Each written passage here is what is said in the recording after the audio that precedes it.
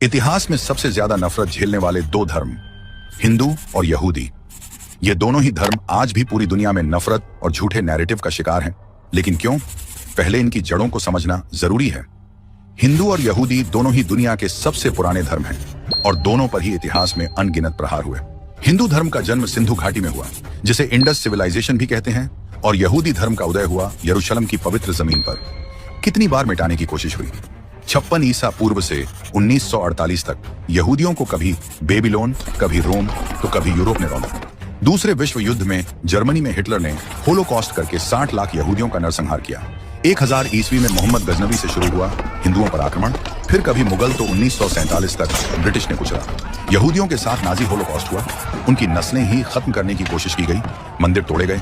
तो वहीं हिंदुओं ने धार्मिक यातना से भरा मुगलिया आक्रांता शासन झेला। अपनी संस्कृति, अपने ऐतिहासिक मंदिर उजड़ते हुए देखे। दोनों को एक ही साल के अंतर में आजादी मिली और उन्होंने कॉमन विचारधारा के साथ अपने अपने राष्ट्र का निर्माण किया।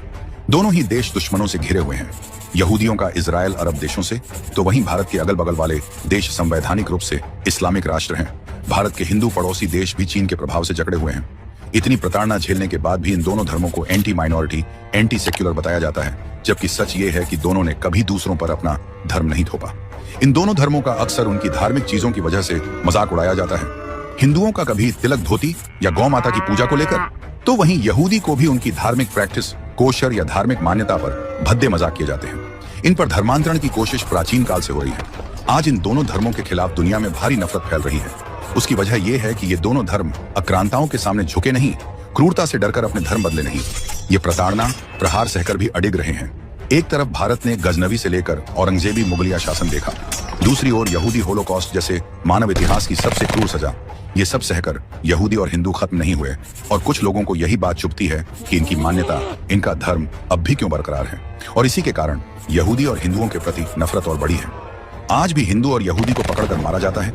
कभी अमेरिका में इजराइल एम्बेसी पर अटैक, तो वहीं पाकिस्तान और बांग्लादेश में हिंदुओं पर क्रूरता और धर्मांतरण का दबाव, बावजूद इन्हें ही हिंसक बताया जाता है। पश्चिमी देशों की बड़ी बड़ी यूनिवर्सिटी भी हिंदू यहूदियों को गलत साबित करने का कोई मौका नहीं छोड़ते। हार्वर्ड जैसी यूनिवर्सिटी फिलिस्तीन के पाले हुए आतंकी संगठनों को फ्रीडम फाइटर्स का दर्जा देने की कोशिश करती रहती है, तो इधर भारत में जामिया और जेएनयू जैसी यूनिवर्सिटी में कश्मीरी पंडितों के नरसंहार को प्रोपेगेंडा बताते हैं। इन लोगों को यह विश्वास ही नहीं होता कि कश्मीर पंडित अपने ही घर में प्रताड़ित थे। भारत में जिस खास समुदाय को अल्पसंख्यक कहा जाता है, दरअसल वो दूसरी सबसे बड़ी आबादी है। उनके त्योहारों में चाहे कितने ही खून क्यों ना बहे, लेकिन बैन होते हैं हिंदुओं के त्योहार।